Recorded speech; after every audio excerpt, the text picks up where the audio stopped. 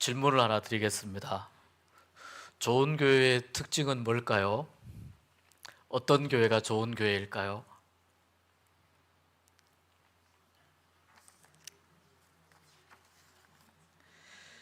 네, 여기 좋은 교회 만들기 특강 이렇게 했는데 어떤 교회가 좋은 교회일까요? 하나님이 보기에 좋은 교회가 좋은 교회죠. 좋은 교회에 대한 저마다의 다양한 기준들이 있습니다. 또 다양한 생각들이 있습니다. 그런데 오늘 우리가 같이 좀 생각해 보려고 하는 것은 성경에 나와 있는 이 교회의 그 좋은 교회의 특징, 모델이라고 해야 될까?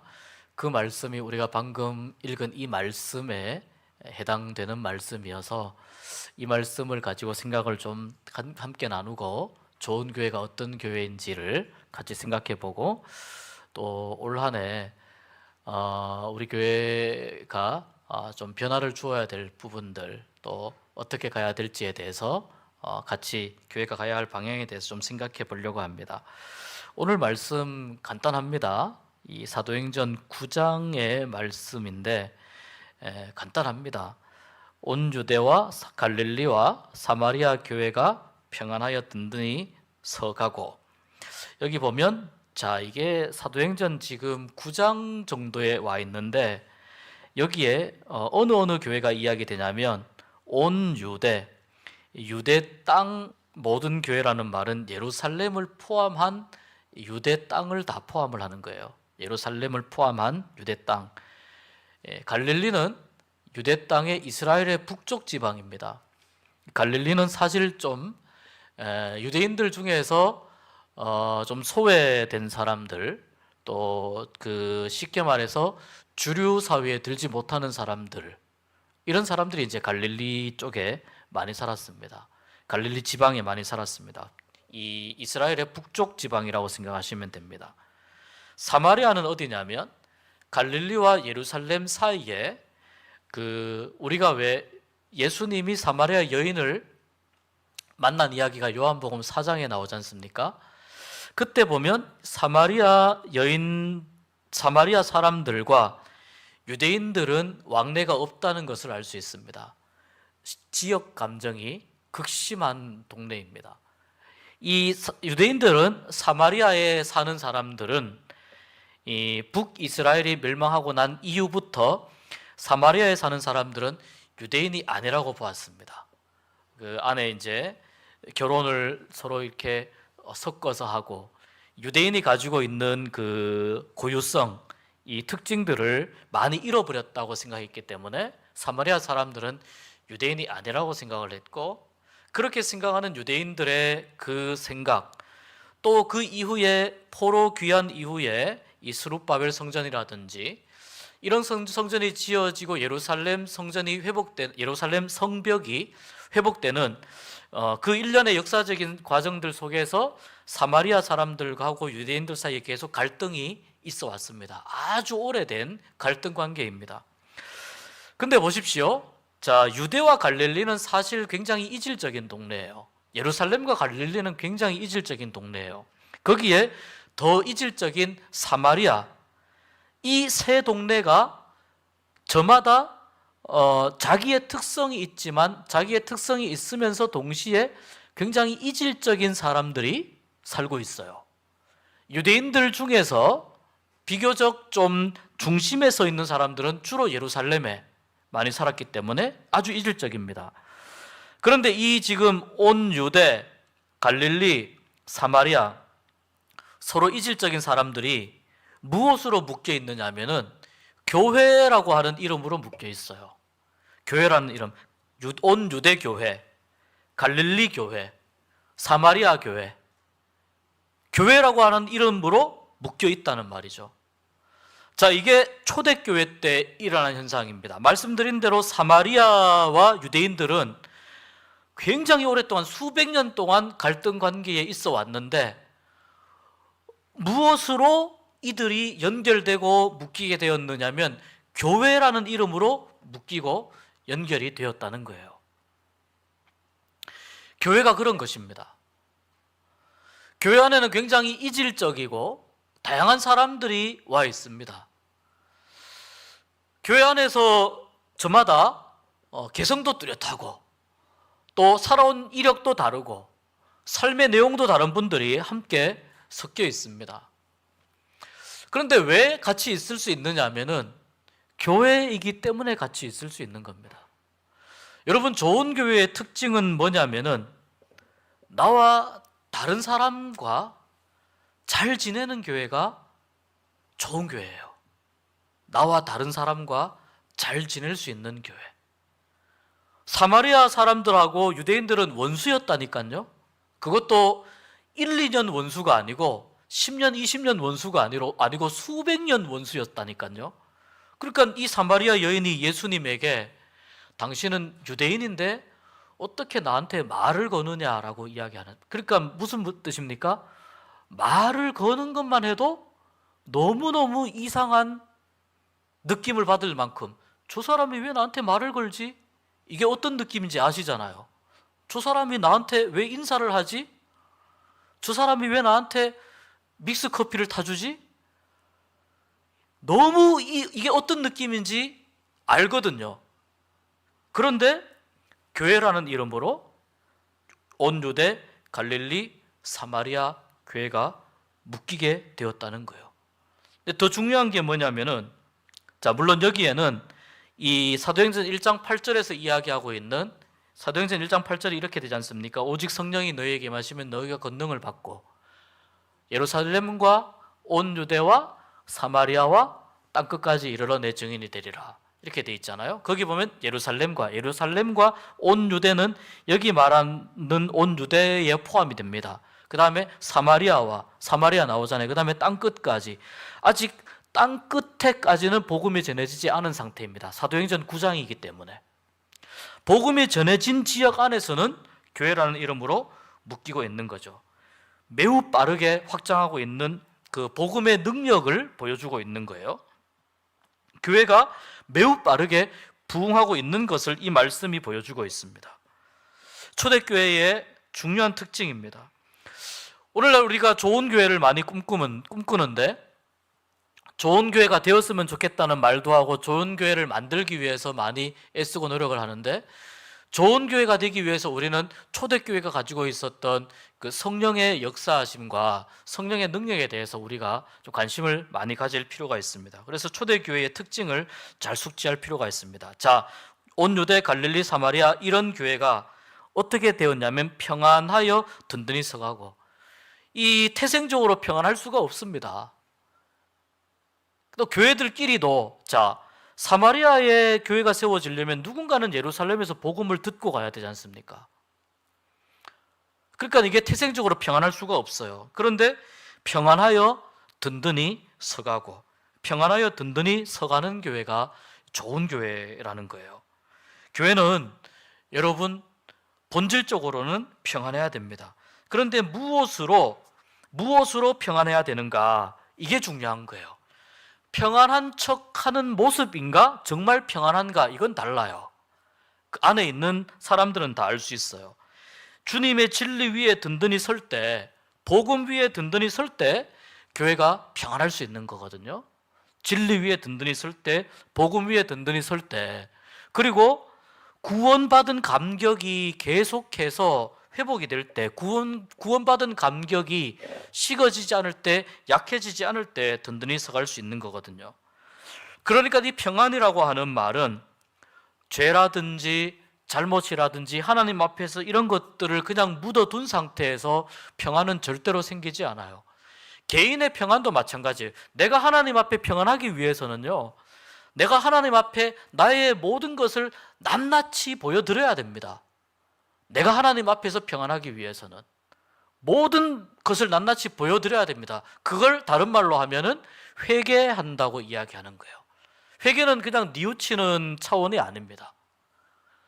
나의 모습. 그래서 여러분 그 성령을 받고 가끔 기도하다가 회개했던 분들의 이야기를 들어보면 그런 이야기들을 하시는 경우가 있어요. 자기가 어릴 때부터 지었던 죄들, 기억이 나지 않는 죄들까지 필름 지나가듯이 영화 장면처럼 탁탁탁탁 지나가더라고. 그렇게 그것은 성령님이 하시는 일이거든요. 그리고 나서 그 사람에게 그런 회개의 시간이 지난 다음에 뭐가 찾아오냐면 그 다음에 평안이 찾아와요. 그전에는 평안이 안 찾아옵니다. 평안이 찾아올 수가 없습니다. 내가 지금 죄의 문제가 해결이 안 됐는데 어떻게 하나님 앞에서 내가 평안할 수 있습니까? 평안이 찾아올 수가 없습니다. 그러니까 평안은 성령 받고 회개해서 구원의 참된 감격을 누릴 때, 그때 평안이 찾아오는 거예요. 여기서 평안하여 든든히 서가고, 이 말은 초대교회에 어떤 역사가 있었냐면 초대교회에 성령의 충만함으로 자기의 죄를 하나님 앞에 회개하고 진정한 용서와 구원의 감격을 경험한 사람들이 많았다는 것을 의미합니다. 그래서 평안했다. 위장된 평안에 속으시면 안 됩니다. 위장된 평안은 죄송한 이야기지만 마귀가 주는 마음입니다.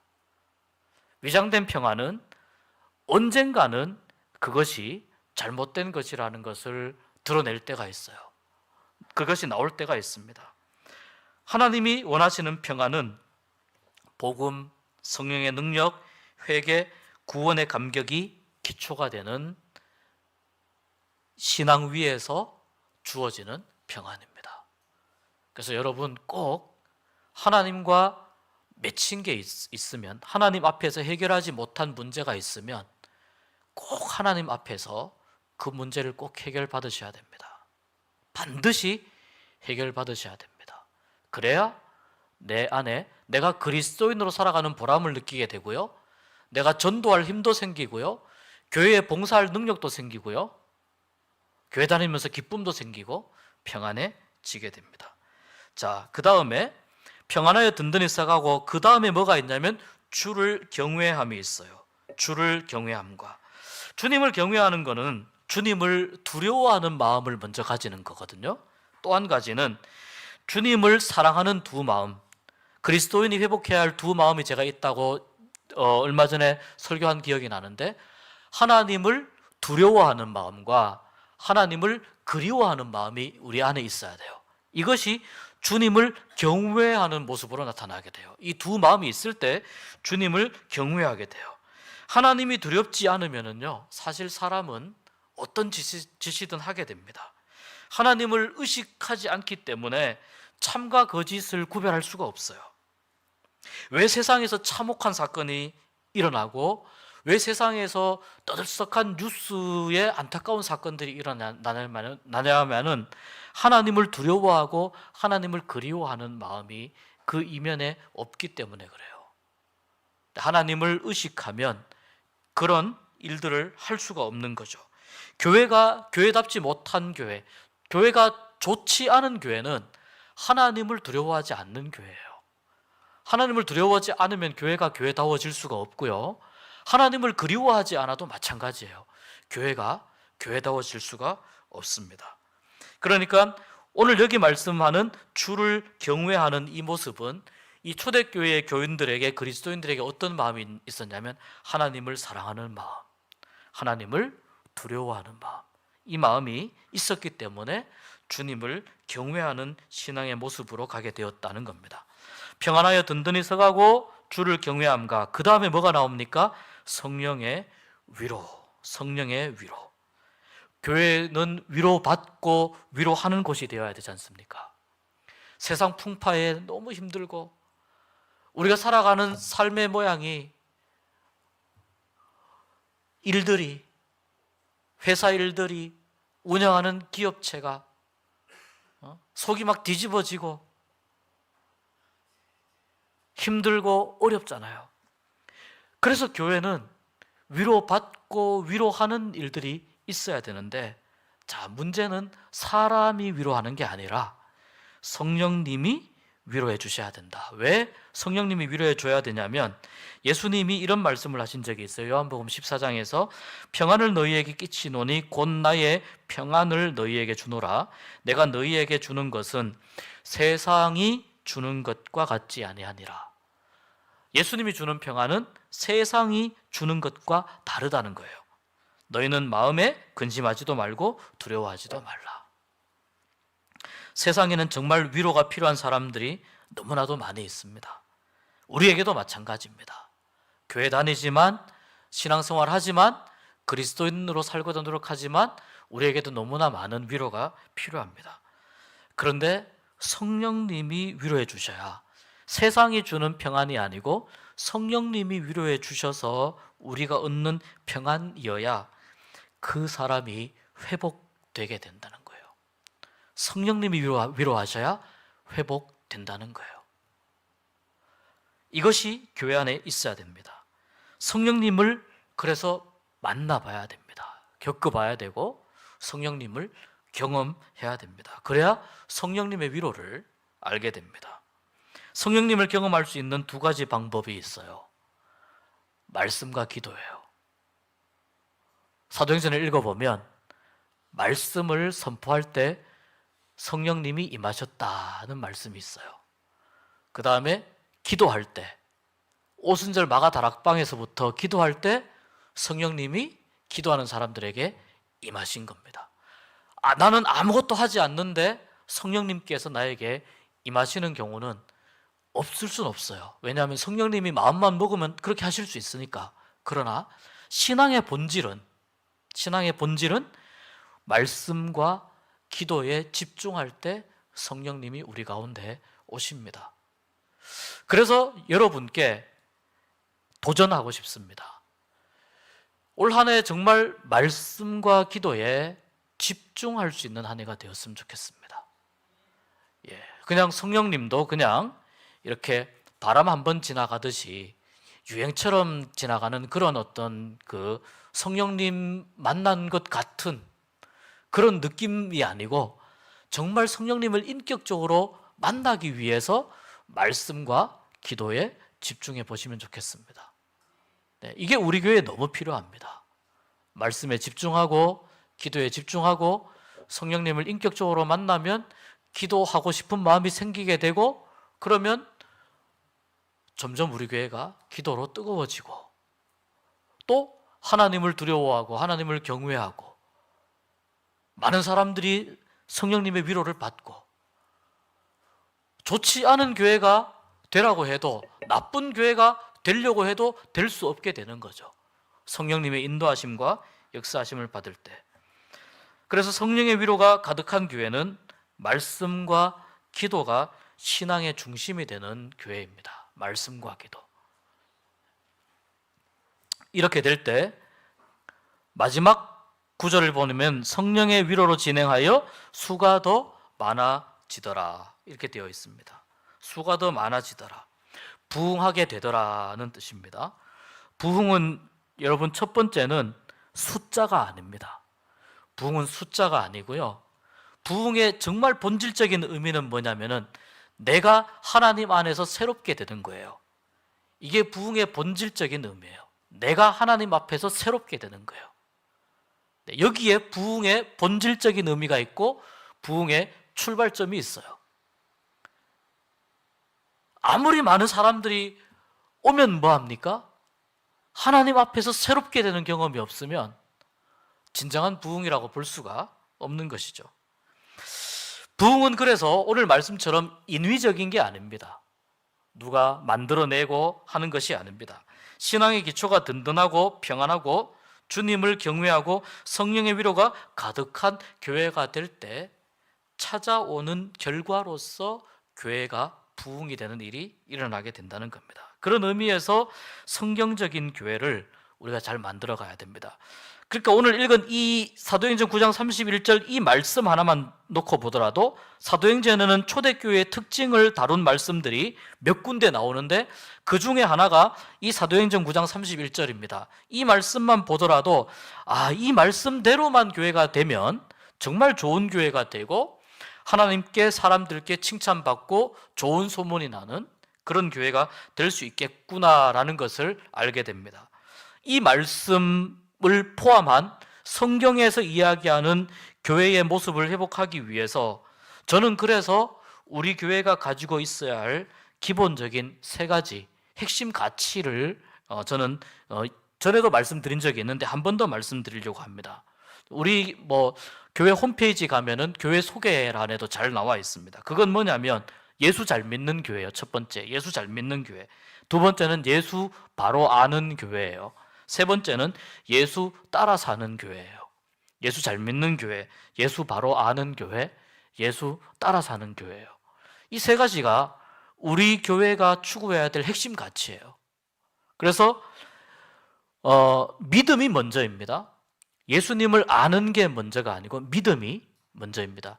예수님을 잘 믿으면은 예수님을 알게 됩니다. 예수님을 잘 믿으면 예수님을 알게 됩니다. 물론 예수님을 알기 위해서 우리 성경 공부라든지 여러 다양한 공부들이 필요합니다. 작년 가을에 제가 성경 공부를 좀 그 어려운 상황 가운데에서도 이렇게 진행을 하면서 저 나름대로 좀 느꼈던 부분들이 있습니다. 근데 말씀을 배워야 됩니다. 배워서 그 다음에 예수님을 따라 사는 교회가 되어야 됩니다. 요 세 가지가 핵심 가치이고, 이것을 이루어가기 위해서 10가지의 비전을 제가 홈페이지에 올려놓았는데, 그 이야기를 올해 우리 상황에 맞추어서 올해 우리 교회가 할 수 있는 정도가 어느 정도인지를 가늠하면서 좀 나누고 정리를 해보도록 하겠습니다. 10가지의 목표와 비전이 있습니다. 뭐냐면 하나님을 깊이 만나는 예배 공동체, 복음 전파와 세계 선교에 힘쓰는 교회, 다음 세대와 내일을 준비하는 교회, 지역사회를 섬기는 교회, 사랑하며 친교하는 교회. 지금 제가 말씀드린 요 5가지는요 뭐냐면 교회의 가장 기본적인 사역의 요소예요. 예배, 선교, 교육, 그 다음에 봉사, 친교, 교제. 5가지 기본적인 카테고리를 모든 교회는 다 가지고 있어요. 예배와 선교와 교육과 봉사와 친교. 요 5가지가 굉장히 중요하고 조금 더 좀 살펴보도록 하겠습니다. 그 다음에 6번부터 10번은 조금 더 구체화한 겁니다. 6번은 말씀 공부와 제자 훈련으로 주님 닮아가는 교회, 7번 가정교회 사회를 신앙으로 연결하는 교회, 8번 성경적 가치와 바른 방향을 제시하는 교회, 9번 북한을 품고 통일시대를 준비하는 교회, 10번 대안적 문화와 건강한 영성이 숨쉬는 교회. 자, 첫 번째부터 한번 보겠습니다. 하나님을 깊이 만나는 예배 공동체. 교회는요, 예배가 살아야 모든 게 다 삽니다. 그러니까 쉽게 말해서 예배는 뭐냐면은 기차의 기관차라고 생각하시면 돼요. 자동차의 엔진이라고 생각하시면 돼요. 교회 차는 엔진이 죽으면 다 죽는 거거든요. 예배는 그런 거예요. 엔진입니다, 엔진. 그래서 이 엔진이 원활하게 돌아가야, 이 엔진이 제대로 기능을 해야 자동차의 다른 모든 차량의 이 기능들이 원활하게 돌아가는 것과 마찬가지로 이 엔진에 해당되는 것이 교회의 예배라고 볼 수 있습니다. 그래서 예배가 정말 기본이고, 우리 교회가 지금까지 해오던 예배의 어떤 그 틀이 있습니다.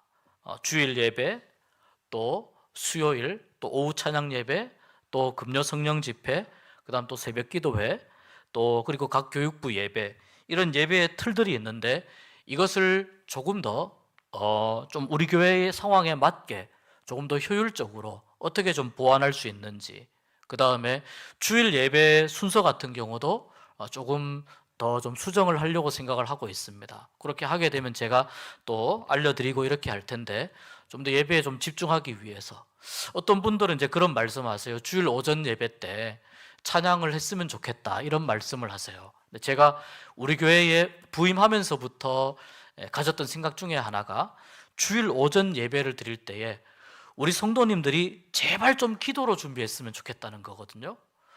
예배 드리기 전에 적어도 10시 50분부터 10분 정도라도 옆에 분 만나서 반가우시면 밑에 내려가서 이야기하고 올라오시면 되잖아요. 우리 교회가 이렇게 1층과 2층이 굉장히 먼 거리도 아니고, 잠깐 대화하고 싶으시면 이야기하고 올라오셔도 되거든요. 또 밑에 테이블도 있고 또 커피도 있고 이렇게 얼마든지 이야기할 수 있기 때문에.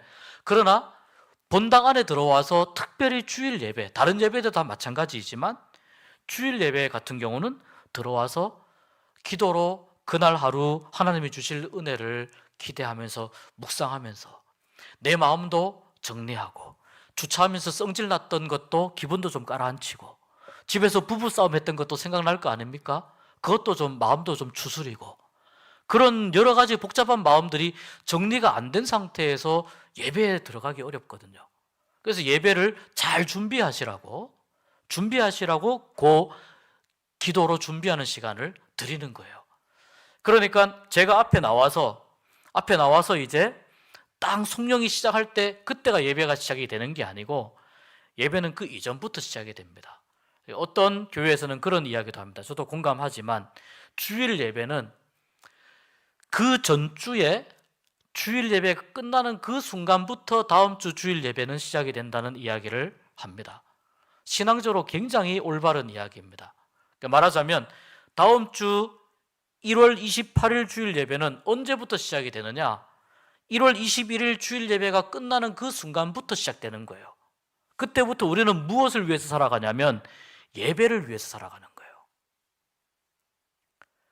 그리고 예배 때 받은 은혜로, 예배 때 받은 하나님이 주신 힘과 능력으로 우리가 이 세상에서 그리스도인으로서 살아가는 거예요.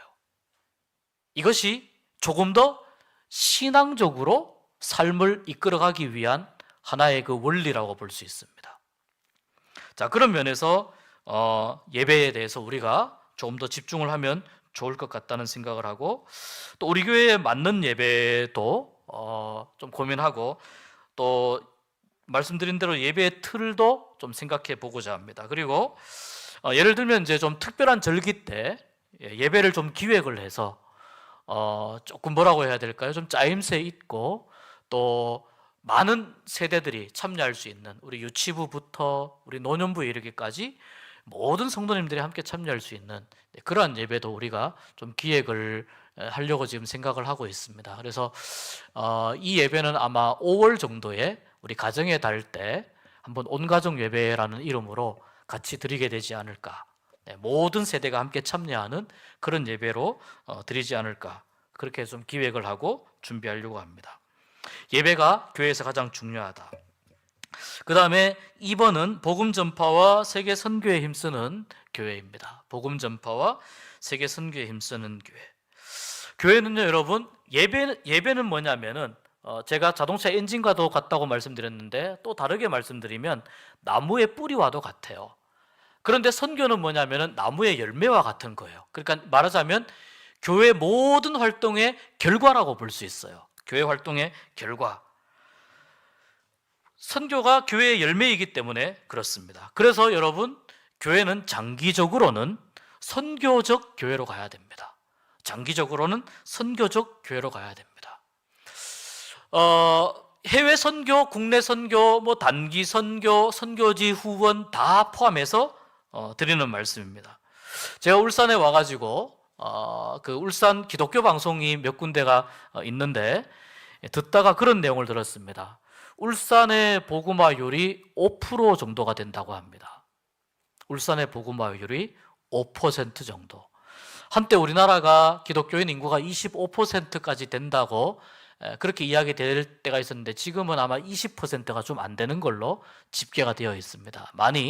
비율이 좀 많이 내려와 있습니다. 그럼에도 불구하고 전국 평균을 15%에서 17%로 잡는다고 해도 울산의 복음화율이 5%라고 하는 말은 굉장히 이례적인 통계입니다. 실질적으로 제가 울산에 있는 이렇게 여러 목회자들과 또 이렇게 그 짧은 시간이지만 나름대로 울산을 파악하기 위해서 이렇게 좀 알아보았더니 실질적인 복음화율이 5%가 안 된다는 이야기도 제가 들었습니다.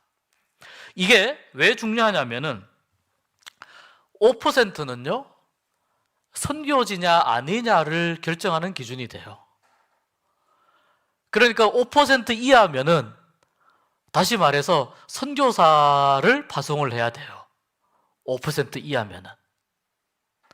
자, 우리 교회가 아무튼 온산에 자리하고 있지만 울산 전 지역 울주군까지 포함한 통계가 5% 이하이니까 그 정도 수준에서 생각을 할 때 그러면 우리 교회가 어떤 교회로 나아가야 하는지에 대한 우리 교회의 어떤 방향성이 딱 나오게 됩니다. 우리 교회는 쉽게 말해서 선교적인 접근을 해야 되는 지역에 있는 교회가 되는 거예요. 선교적인 접근을 해야 되는 그런 지역에 있어요. 그래서 우리가 선교에 대해서 공부할 필요가 있습니다. 선교가 어떤 건지 좀 알 필요가 있고요. 뭐 여러 이제 다양한 선교에 관한 그런 이제 이야기들을 할 수 있겠지만, 내가 지금 선교지에 와서 살고 있구나, 이렇게 생각하셔도 무방하다 이 말입니다. 자, 우리 한국에 지금 0세에서부터 1세에서부터 그 다음에 뭐 100세 정도까지 이렇게 쭉 지금 연령대별로 복음화율에 대해서 쭉쭉쭉 이야기를 할 때 가장 복음화율이 적은 세대가 지금 10대, 20대입니다. 10대, 20대. 제가 예전에 학교에서 가르칠 때도 그런 이야기들을 들었고, 또 제가 청소년 사역하면서도 계속 들은 이야기가 뭐냐면, 애들이 그런답니다. 애들이 야, 너 이제 교회 끊을 때 되지 않았냐? 그런답니다. 애들이. 그리고 실제로 지금 중학교, 고등학교에 가면 반에서 교회에 다니는 아이들이 1명, 2명 이렇습니다. 1명, 2명. 저희 집에 유치부에 다니는 아이가 있고요, 아동부에 다니는 아이가 있고, 중고등부에 다니는 아이가 있습니다. 제가 유치부, 아동부, 중고등부, 교육부서에 관심을 안 가질래 안 가질 수가 없는데, 아무튼 그래서 이야기들을 좀 들어보니까 지금 중고등학교 상황이 그렇습니다. 대학교는 어떨까요? 덜 할까요? 더 심하죠. 언제 가장 힘들어지느냐면 고등학교 3학년 수능 치고 나서 대학교 졸업하기 전까지, 또는 고등학교 3학년 다니는 동안, 그때부터 많은 아이들이 신앙을 잃어가기 시작해요. 제가 큰 교회에서 청소년부 할 때도 그런 이야기 종종 들은 적이 있습니다. 목사님, 우리 아이 고3인데 딱 1년만 교회 쉬고 그 다음에 1년 지나면 다시 교회 데리고 올게요. 그리고 나서 영영 그 아이가 교회로 못 옵니다. 이게 믿음이라는 게 그런 거예요. 그때 제가 존경했던 목사님께서 우리 목회자들, 교육자들 다 불러놓고 하신 말씀이 있습니다. 목사님들 정신 차리라고. 그러면서 하신 말씀이 뭐냐면, 목사도 교회 안 나가면은, 석 달만 안 나가면은 목사도 무신론자 된다. 이게 신앙의 특징이다, 특징. 그러니 얼마나 이 신앙을 제대로 잘 관리해야 되느냐, 그 이야기를 하는 겁니다. 하루 한 주 교회에 빠지고 예배 참석이 안 되고 말씀과 기도를 잠깐 놓는 것이, 그 틈을 마귀가 그냥 두겠습니까? 그냥 두지 않습니다. 아주 치열하게 하나님의 자녀로 살아가는 것을 방해하죠. 우리가 이 신앙이 얼마나 민감하고 예민한 문제인지에 대해서 우리가 깊이 생각할 필요가 있는 거죠. 지금 중고등학생들, 대학생들, 요 10대, 20대들의 복음화율이 5%가 안 된다고 하거든요. 그래서 선교학에서는 그런 이야기를 합니다. 지금 10대, 20대들이 이 시대의 땅끝이다라는 이야기합니다. 저기 어디 우간다, 에티오피아 이런 데가 아니고요, 뭐 볼리비아, 그 다음에 기니 이런 데가 아니고, 이 시대의 진정한 땅끝, 마지막 선교지가 어디냐? 선교학적으로 보면 지금 10대, 20대들이다라고 이야기합니다. 선교학적으로 그런 거예요. 땅끝이라는 말이 지리적인 의미만 포함하는 건 아니라는 거죠. 그런 의미에서 우리 교회가 지금 울산 지역의 울주군 온산에 있는데 5% 이하의 복음화율을 가지고 있는 이 땅에 있다는 것은, 우리 교회가 많은 부분에 있어서 선교적인 측면에서의 전환이 필요하다는 것을 이야기하는 거예요. 그러니까 우리는 다 선교사예요. 지금 여기 하나님이 우리를 다 선교사로 지금 파송하신 거거든요. 그런 생각을 가지고 나는 선교사다, 생활 선교사다, 이렇게 생각하시면 됩니다. 그래서 복음 전파와 세계 선교, 그 다음에 다음 세대와 내일, 다음 세대 너무 중요하지 않습니까? 방금도 말씀드렸지만 다음 세대가 너무 중요합니다. 오늘날의 화두가 이 다음 세대이고, 다음 상반기부터 이 다음 세대의 변화와 혁신을 준비하는 작업을 좀 진행하려고 생각을 하고 있습니다. 그래서 예를 들면 교육위원회 모임을 좀 정례화하면서 교육위원회에서 이 다음 세대 사역을 어떻게 좀 혁신할 것인지에 대한 그런 이야기들을 좀 구체적으로 만들어 갈 것이고, 또 필요하다면 우리가 탐방도 가야 되겠고, 또 좋은 강사가 있으면 우리가 또 말씀도 듣고 우리가 미처 생각하지 못하는 그런 부분에 대한 안내도 받으면서 상반기 우리가 이 다음 세대에 대한 어떤 그 준비들을 좀 하면서, 또 이 다음 세대 사역 안에는 다음 세대에 초점을 맞추기 위해서는요, 어른들이 좀 양보해야 되는 부분들도 있어요. 예를 들면은 예배 시간 조정 같은 것이 필요하지 않을까, 이런 생각을 이제 좀 하게 되는 거예요. 제가 말씀을 다 드리지는 못하겠지만 예를 들면 그런 게 필요한 겁니다. 왜냐하면 자, 초신자인 경우에 우리 교회 처음 오는 분이 이렇게 처음 아이를 예를 들어 데리고 왔을 때 이 아이를 보낼 수 있는 교육부가 11시에 예배를 드리느냐 9시에 예배를 드리느냐는 이 처음 교회에 오는 분들에게 있어서는 굉장히 중요한 문제일 수가 있어요. 예를 들면 그런 것을 이야기하는 겁니다. 이런 고민들을 우리가 해보자는 겁니다. 그 다음에 이 다음 세대에 있어서 또 한 가지 중요한 부분이 뭐냐면은, 교육부에 있어서 중요한 부분이 노년부의 새로운 사역입니다. 우리 교회가 오랫동안 노인대학을 했었습니다.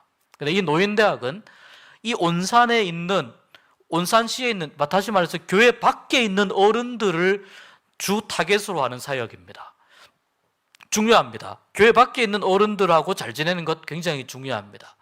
그런데 보니까 제가 지금 여러 번 드린 말씀이 기억이 있는데, 우리 교회 안에 있는 이제 이 노년층에 해당되는 분들에 대한 사역이 굉장히 필요하다라고 하는 그런 필요성을 많이 느끼게 되었습니다. 특별히 아브라함, 또 한나, 또 도르가, 요 연령대에 해당되시는 분들 같은 경우에 올해 그래서 예산을 좀 책정을 했는데, 여기에 해당되는 분들하고 임원진들과 이제 모임을 좀 가지면서 이 노년 사역을 어떻게 할 건지 같이 좀 이제 만들어 가려고 생각을 하고 있어요.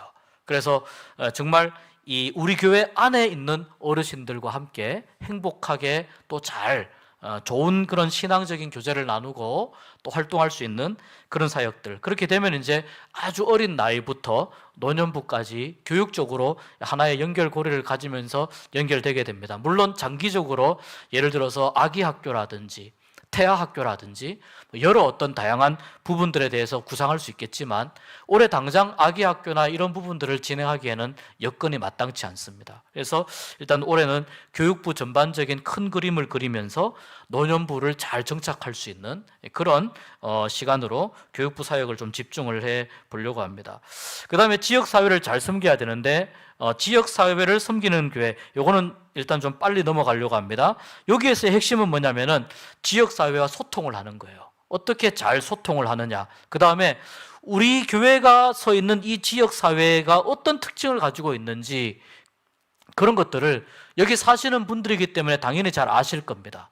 근데 이것을 이제 교회적인 측면에서, 신앙적인 측면에서 이 부분들을 정리해서 사역으로 연결시키는 작업이 좀 필요하고요. 그 다음에 지금까지 우겨진 봉사이고, 사랑하며 친교하는 교회는 교회는 사랑과 친교는 교회의 본질적인 요소예요. 아무리 예배가 잘 되고 뭐 사역이 많이 있어도요, 성도들 간에 제대로 된 친교와 사랑하는 교제가 없으면은 아무 의미가 없어요. 이거는 정말 너무 일종의 윤활제 같은 거예요. 윤활유 같은 거예요. 그래서 이 복음을 중심으로 하는 친교가 우리 교회에서 함께 기도하면서 친교하고, 이런 신앙적인 친교가 가능한지에 대해서 우리가 또 함께 고민을 해보려고 합니다. 그리고 나머지 이제 6번째부터 10번째는 조금 더 구체적인 건데요. 말씀 공부와 제자 훈련으로 주님을 닮아가는 교회. 예를 들면 이제 새가족이 등록을 하셨을 때 새가족 성경 공부할 수 있는 그런 이제 커리큘럼부터 좀 개발이 되어야 되겠죠. 그리고 어떤 성경 공부와 어느 정도의 제자 훈련 프로그램으로 갈 수 있는지, 함께 우리가 어떻게 훈련하고 훈련받을 수 있는지에 대해서 좀 고민을 해야 되겠죠. 제가 생각하는 부분은 이겁니다. 새가족부터 이제 1대1 성경 공부를 진행을 하는데, 우리 교회 지금 바나바가 있습니다. 바나바 사역의 일환으로 바나바가 1대1로 새가족과 함께 성경 공부를 할 수 있도록 바나바를 훈련을 할 겁니다. 그 다음에 그 바나바가 새가족과 함께 교회 생활을 도우면서 또 동시에 이 새가족과 1대1로 성경 공부할 수 있도록, 그래서 우리 교회에 등록하면서부터 우리 교회 시스템에 잘 젖어들 수 있도록 그렇게 진행을 하려고 합니다. 그래서 교재를 쓰고 하는 그런 어떤 시간적인 부분이 좀 필요하지만 아무튼 좀 서둘러서 준비하려고 생각을 하고 있고, 또 우리 새가족들이 어떤 성경 공부를 하는지 우리 모든 교인들이 다 알아야 하기 때문에 우리 교인들이 함께 이 성경 공부를 같이 나누도록 하겠습니다. 함께 나누고, 그리고 바나바는 또 별도의 교육과 훈련 시간을 거치면서 바나바 사역이 잘 정착되도록, 물론 작년에 굉장히 바나바로 헌신을 많이 해주셔서 우리 새가족 이 정착 상황이 작년에 상당히 좋았습니다. 괜찮았습니다. 또 올해 또 바나바가 잘 활동해 주셔서 또 작년보다 더 좋은 정착률을 가지게 되면 우리 교회가 이렇게 새로운 사람이 와서 잘 적응할 수 있는, 정착할 수 있는 그런 교회가 될 것으로 보입니다. 예를 들면 바나바 사역, 그리고 그 이후에도 이제 제가 작년 하반기 때 성경 공부를 하면서 여러 가지 좀 가지게 되었던 생각들을 가지고 진행을 하도록 하겠습니다. 그 다음에 가정과 교회와 사회를 신앙으로 좀 연결하는 게 필요한데, 여기에서 이제 가장 중요한 거는 우리가 이제 어떻게 하면 가정 안에서 신앙 훈련, 신앙 교육을 할 수 있을까, 이런 이제 부분들이거든요. 예를 들면 이제 가정 예배라든지 이런 부분들에 대한 고민이 좀 있습니다. 그래서 이 부분, 또 가정과 교회가 어떻게 연결을 할 수 있는지 계속 좀 고민하는 그런 시간들을 가질 거고요. 성경적 가치와 바른 방향을 제시하는 교회, 7번째. 이 세상에서 교회는 중심을 잡아주고 교회는 기준점이 되어야 됩니다. 그러니까 교회가 이 시대의 마지막 양심이 되어야 됩니다. 무슨 말이냐면 결국은 교회에서 하는 것이 가장 옳은 것이다 라고 하는 인식이 사람들에게 있어야 됩니다. 교회에서 하는 것이 옳은 것이고 바람직한 것이고, 그 신앙을 가지지 않은 사람들도 교회에서 하는 것이 옳은 것이다라고 하는 인식을 우리가 가져야 됩니다. 그건 홍보를 해서 되는 게 아니에요. 교회가 그런 바른 가치관과 기준을 가지고 교회가 움직여 가야지 가능한 거거든요. 그런 가치관과 기준을 가지고 함께 살아갈 때 가능한 것이거든요. 그리고 이제 예를 들어서 우리의 자녀들도 마찬가지고 우리도 영향을 받고 있지만, 예를 들면 이 진화론적인 가치관과 어떻게 우리가 대응을 할 것인가, 그 다음에 또는 이 돈이라고 하는 이 자본주의 사회에서의 이 가장 그 강력한 우상이 돈 아니겠습니까? 이런 부분들에 대해서 교회가 어떻게 또 건강한 가치관, 돈에 지배당하는 사람이 아니고 돈을 다스리는 그리스도인으로 어떻게 살아갈 수 있을 것인가, 이런 부분들에 대한 생각들, 가치관들을 이제 좀 나눌 수 있지 않을까. 그 다음에 북한을 품고 통일시대를 준비하는 교회, 계속 우리가 북한에 관심을 가져야 됩니다. 북한의 동향에 대해서도 관심을 가져야 하고, 우리가 한민족이기 때문에 또 어떻게 하면 이런 어떤 통일시대 이후를 우리가 어떻게 준비할 것인지, 이런 부분들에 대해서 계속 관심을 가져야 되고요. 마지막 10번째가 대안적인 문화와 건강한 영성이 숨쉬는 교회입니다. 이것은 대안적 문화라는 말은 뭐냐면, 교회에 가면 교회는 달라, 이런 뜻입니다. 쉽게 말해서 교회는 다른 곳이야, 세상과 달라. 그래서 교회에 다니는 사람들도 다른 사람들이야. 교회가 세상과 완전히 분리되고 격리되어야 된다는 뜻이 아니라 세상보다 더 뛰어난 하나님이 부여하신 교회의 독특한 특성을 보여주어야 된다는 거죠. 그것이 무엇으로 나타나냐면 문화로 나타나게 돼 있어요. 문화는 삶의 양식과 방식을 말하는 거거든요.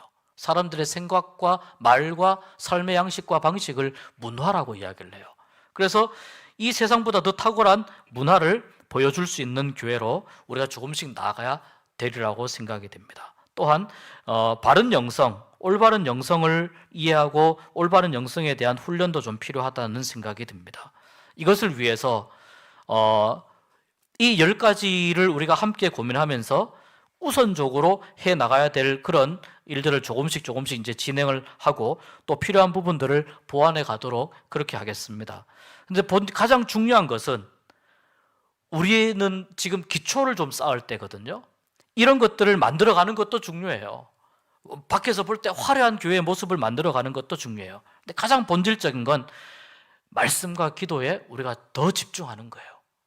이걸 놓치면은 다른 어떤 사역들이 왕성해진다 하더라도 아무 의미가 없어집니다. 원래 오늘이 재직 헌신 예배 드리는 날인데 이 재직 헌신 예배는 다음 달 2월 셋째 주일로 가고 그렇게 할 겁니다. 그렇지만 제가 우리 재직들께 특별히 좀 부탁드리고 싶은 말씀이 있습니다. 뭐냐면 서리 집사, 안수 집사, 권사 장로 이분들이 교회의 재직이란 말이죠. 또 은퇴하신 분들은 언권 회원으로 또 재직에 참여하실 수가 있죠.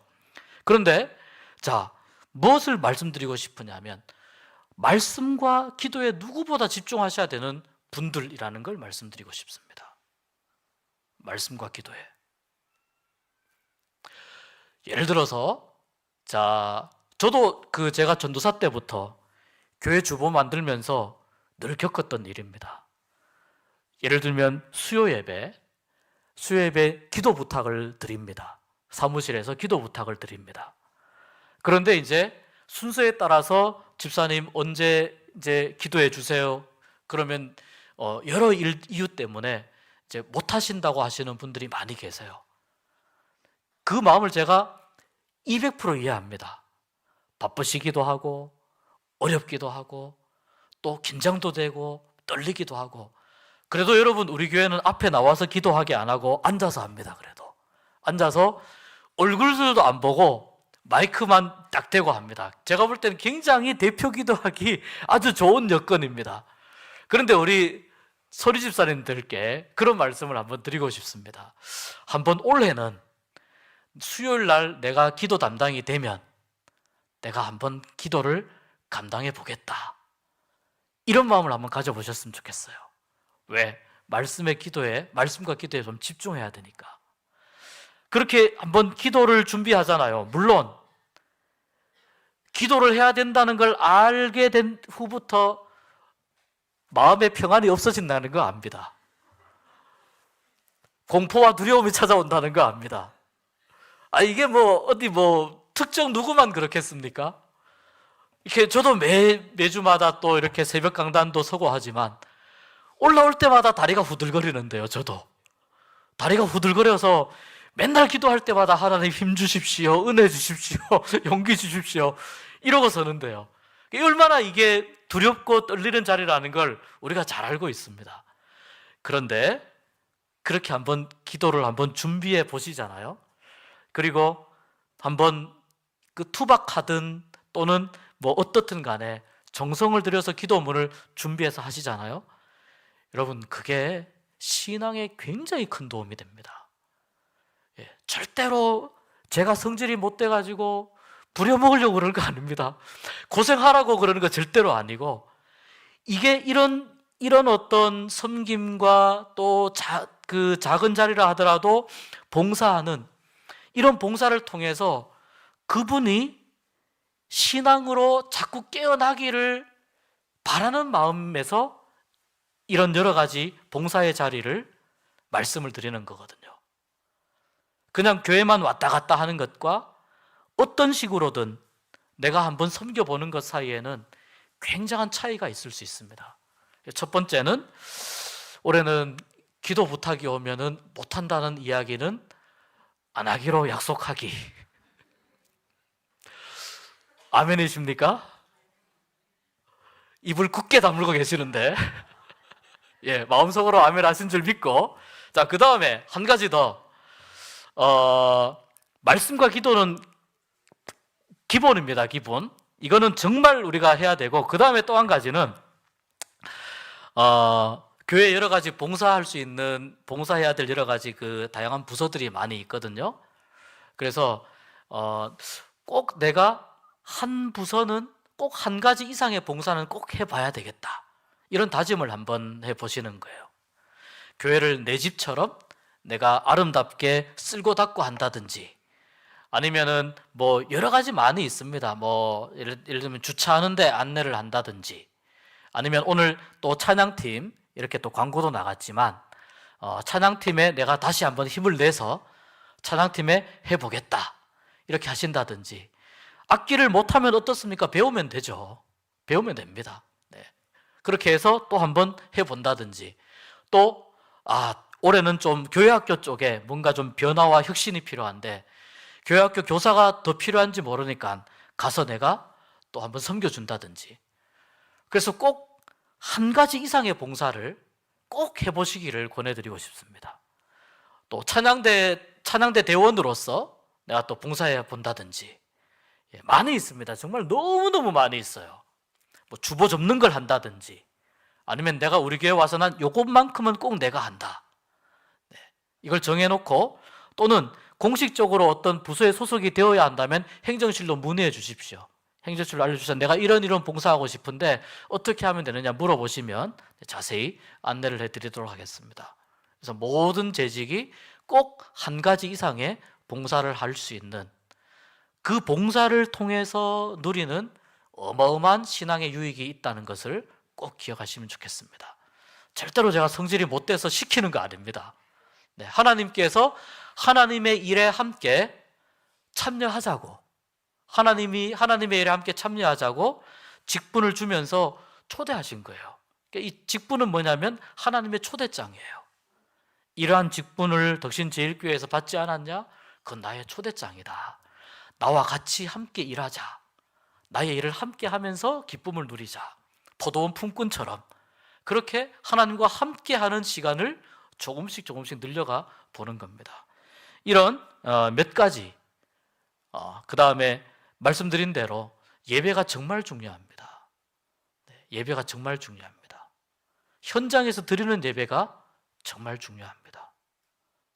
그래서 이러한 몇 가지 것들 잘 기억하면서 이 말씀과 기도를 중심으로 바탕을, 기초를 잘 든든히 세워가면서 예배와 선교와 교육과 친교와 봉사, 또 그 다음에 뭐 가치관 문제라든지 북한 문제라든지 뭐 또는 성경 공부 제자 훈련이라든지 또는 뭐 가정 예배라든지 뭐 또 여러 가지 문화적인 부분이라든지 이런 부분들을 우리 고민하면서 이 모든 것들을 아마 한 해 동안 다 하긴 어려울 겁니다. 좀 우선순위를 정해서 그렇게 우리가 진행을 할 때 함께 협력해서 우리 교회를 좋은 교회로 만들어 갈 수 있는 그런 우리 모두가 될 수 있기를 간절히 소망합니다.